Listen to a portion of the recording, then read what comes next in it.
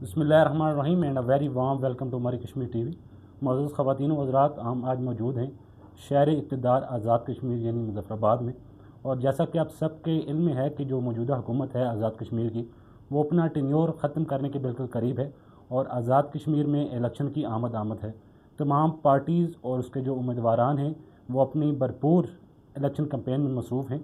आज हम जानेंगे कि जिस तरह पाकिस्तान में पाकिस्तान मुस्लिम लीग नून और पाकिस्तान पीपल्स पार्टी की मुश्तरका गवर्नमेंट है, तो क्या इसी तर्ज की गवर्नमेंट आज़ाद कश्मीर में भी मुतवक्किल है या यहाँ पर पाकिस्तान पीपल्स पार्टी या पाकिस्तान मुस्लिम लीग नून में से कोई एक जमात खुद जो है वो इंडिपेंडेंटली गवर्नमेंट बना लेगी। दूसरा, हम ये भी जानने की कोशिश करेंगे कि पिछला जो 1 या 1.5 साल का जो दौरानिया है, जिसमें जो एक्शन कमेटी है उसने कश्मीर की सियासत पर काफ़ी हद तक उसने असरअंदाज हुई है और पूरा एक खद्दुखाल हम कह सकते हैं कि उन्होंने चेन के रख दिया है। तो क्या वो भी इलेक्शन में हिस्सा लेंगे? अगर वो इलेक्शन में हिस्सा ले रहे हैं तो सियासी पार्टीज़ और सियासी उम्मीदवारान जो हैं उनके लिए क्या कोई मुश्किलात हैं या उनको कोई असर नहीं पड़ेगा? और ख़ुद जो है वो एक्शन कमेटी वो किस हाल में इस वक्त उसकी पोजीशन क्या है?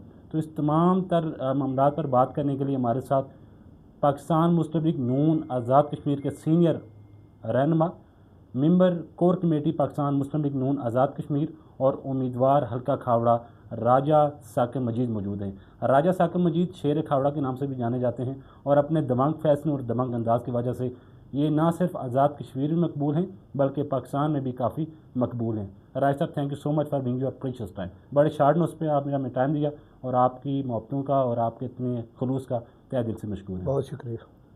राजा साहब, मुझे सबसे पहले तो ये बताएं कि स्टूडेंट पॉलिटिक्स आपने आगाज़ किया, एमएसएफ से आपने शुरू किया, 20-22 साल पहले आपने मुस्लिम कॉन्फ्रेंस के प्लेटफॉर्म से शुरू किया, 3 इलेक्शन आपने खुद लड़े और चौथा इलेक्शन आपने, जहाँ तक हमारी तहकीक है कि राजा इब्रार साहब का भी आपने लड़ा, लगभग 4 इलेक्शन आपने मुस्लिम कॉन्फ्रेंस के प्लेटफॉर्म से लड़े।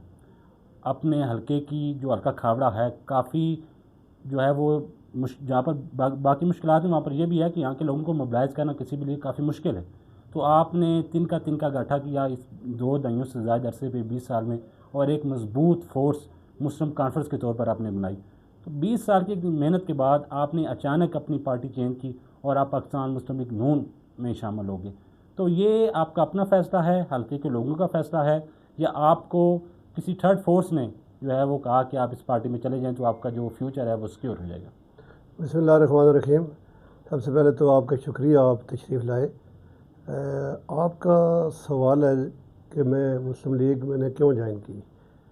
इसमें मेरी इतनी गुजारिश है कि एक तो ख़ुद ही आपने पहले कहा कि मैंने 3 इलेक्शन खुद लड़े और एक इलेक्शन इब्रार साहब की सूरत में 2006 में लड़ा और उनको भी भरपूर सपोर्ट किया।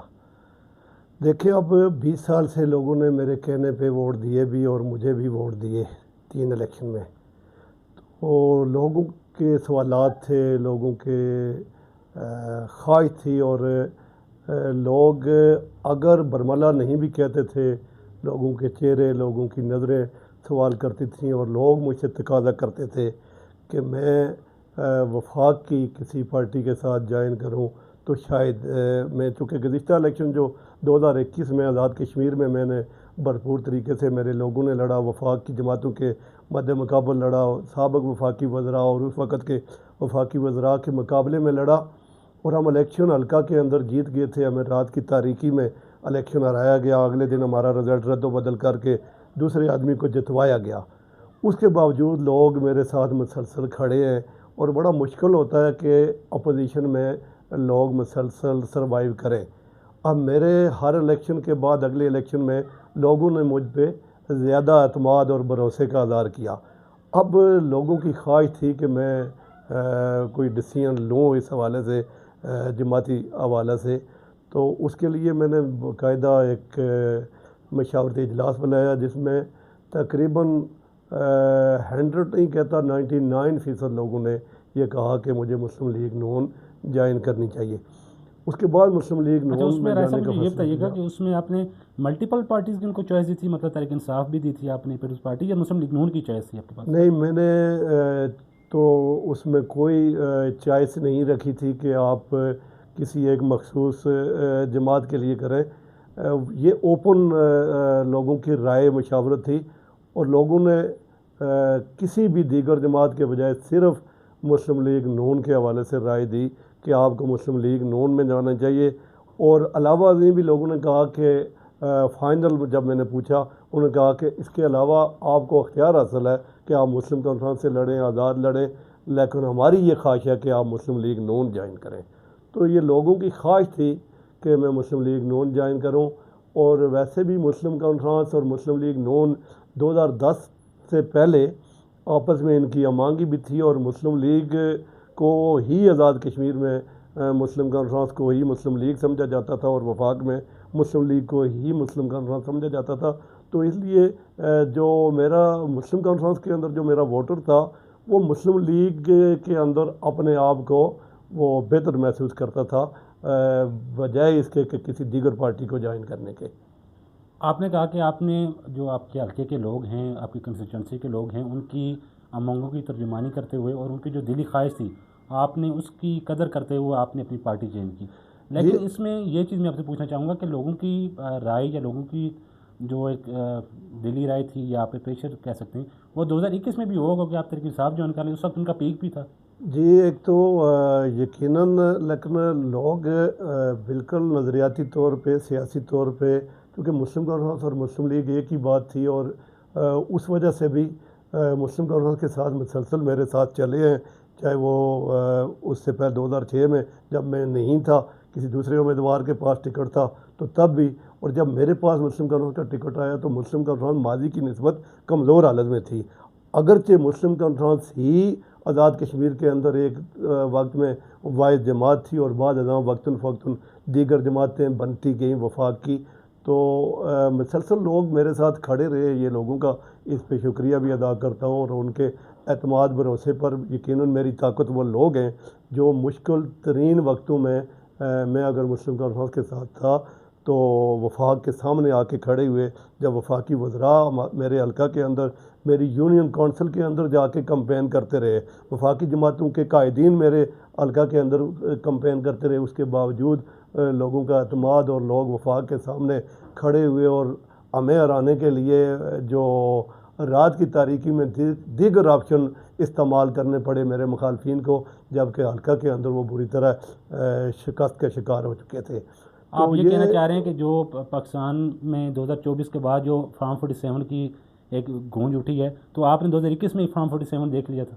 नहीं, मेरे साथ तो फार्म 47 मैं कहता हूँ कि ये पीटीआई पीपल पार्टी की मिली भगत से हुआ था मेरे हल्का में, क्योंकि मेरे मद्दे मुकाबल पीपल पार्टी का सदर था जो हल्का में हार चुका था, और उसे जितवाना शायद पीपल पार्टी और पीटीआई की जो उस वक्त इनकी मांगी थी, और उसमें इन्होंने मुझे फार्म 47 का पीटीआई तो अब रौना दौना होती है, जबकि 2018 में भी पीटीआई खुद देख ले कि वो कहाँ से, वो भी फार्म 47 का ही हम बैग में फिर प्लेटफॉर्म दोबारा था। टॉपिक पे आते हैं। तो आपका जो लोगों का एक परसेप्शन आप पे कि आपको किसी थर्ड फोर्स ने, वेब मैक्स की बात करूं, कि उन्होंने आपको कहा कि पाकिस्तान मुस्लिम लीग ज्वाइन करें, तो ऐसी कोई बात नहीं? नहीं, अल्हम्दुलिल्लाह। एक तो हम आज़ाद कश्मीर में मुस्लिम कॉन्फ्रेंस में थे, वफाक में हम मुस्लिम लीग के काम को देखते हुए, मुस्लिम लीग ने वफाक में हमेशा डिलीवर किया है। आज भी अगर मुस्लिम लीग के कामों को बीच से निकाल दें तो आप देखें क्या सूरत हाल बनी है। मुस्लिम लीग के जितने भी अदवार रहे हैं, पाकिस्तान को मुस्लिम लीग ने जोड़ा है। आप मोटरवेज देख लें, पूरे पाकिस्तान में अच्छी सड़कात का आगाज़ किया है। आज मेट्रो बस और अभी मज़ीद बुलेट ट्रेन का भी आगाज़ करने जा रही हैं। मरीम नवाज़ साहिबा के विजन को देखें आप, पंजाब में उन्होंने किस तरह, हालांकि मियां मोहम्मद शहबाज शरीफ साहब की हुकूमत को लोग समझते थे जब वो पंजाब के वज़ीर आला थे, लेकिन मरीम नवाज़ साहिबा ने उनसे भी 4 कदम आगे। आज वफाक में देखें कि field marshal general Asim Munir साहब और वज़ीर आज़म पाकिस्तान मियां मोहम्मद शहबाज शरीफ साहब, आज पाकिस्तान दुनिया का अमन आलम का सालिस बनने जा रहा है, सालिस बन चुका है। आज दुनिया का अमन पाकिस्तान को ये एजाज़ हासिल हुआ है, और ये पाकिस्तान मुस्लिम लीग नून की हुकूमत और फील्ड मार्शल आसिम मुनीर का एजाज़ है। तो मैं ये भी समझता हूँ कि अगर मैंने वफाक की जमातों में से मुस्लिम लीग का इंतखाब किया तो उसमें मुस्लिम लीग ने पाकिस्तान के अंदर मुल्क और मिलत की बड़ी खिदमत की है, और लोगों की सही मानों में तर्जमानी की है, और वो इसकी हकदार है कि लोग मुस्लिम लीग नून को ज्वाइन करें और मुस्लिम लीग के साथ चलें। मुस्लिम लीग के साथ लोग चलेंगे तो पाकिस्तान और आज़ाद कश्मीर मजबूत और मरबूत बनेगा और तामीर और तरक्की होगी, और हम एक बेहतरीन और अवामी उमंगों के मुताबिक अपने मुल्क और मिलत को लेकर चल सकते हैं। आपने जिस तरह जिक्र किया कि 2021 का इलेक्शन था, तकरीबन आप इलेक्शन जीत चुके थे और आपको इलेक्शन हराया गया सिर्फ इस वजह से कि जो आपका मुखालिफ कैंडिडेट था वो उस वक्त पाकिस्तान पीपल्स पार्टी आज़ाद कश्मीर का सदर था। जी बिल्कुल ऐसे ही है, वो पीपल्स पार्टी का सदर था। इसलिए मैं समझता हूँ कि पीटीआई और पीपल्स पार्टी की डील थी कि मुख्तलिफ हलकों में कहाँ कहाँ से पीपल्स पार्टी को सीटें देनी है और कहाँ कहाँ से पीटीआई को देनी है। लेकिन यहाँ पर तो पीटीआई का कैंडिडेट भी इलेक्शन खुद कंटेस्ट कर रहा था।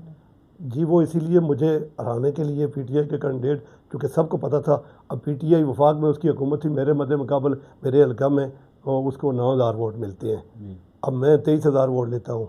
इसी तरह मुस्लिम लीग नून के उस वक्त जो उम्मीदवार थे उनको भी 9,000 वोट लेते हैं मिलते हैं। तो वो बिल्कुल एक प्री प्लान एजेंडा था ताकि वो शायद अब लोग बरादरियों का नाम भी लेते हैं कि एक बरादरी से इतने उम्मीदवार हो गए, तो पीटीआई का भी उम्मीदवार यकीनन एक ही बरादरी से था जिससे मैं था, और मुस्लिम लीग का भी। तो चूँकि लोग ये नाम देते हैं बरादरियों का, मैं अल्हम्दुलिल्लाह अपने हल्का के अंदर वो वाहिद उम्मीदवार हूँ जिसने तमाम बरादरियों का वोट लिया है और जिसके साथ तमाम बरादरियों का गरीब मजदूर आदमी अपने आप को बेहतर महसूस करता है और अपने नुमाइंदे से बराह रास्त मिल सकता है और अपनी मुश्किल बात भी वो आसानी से समझा सकता है और वो कर सकता है।